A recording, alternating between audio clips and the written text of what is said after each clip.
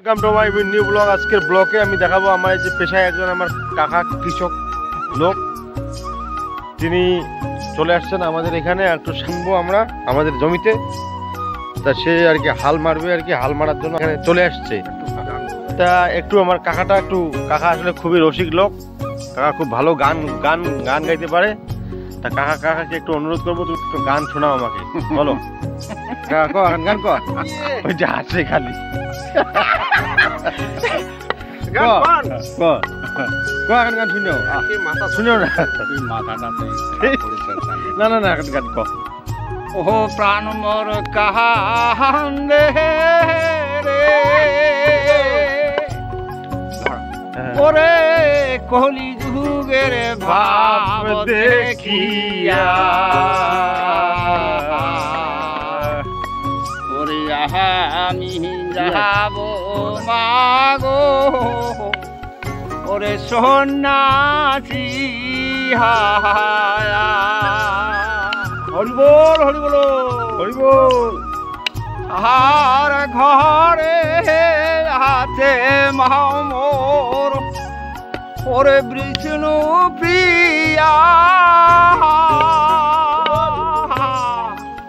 আগে দেখিয়া মামোর ঘুরাইয়া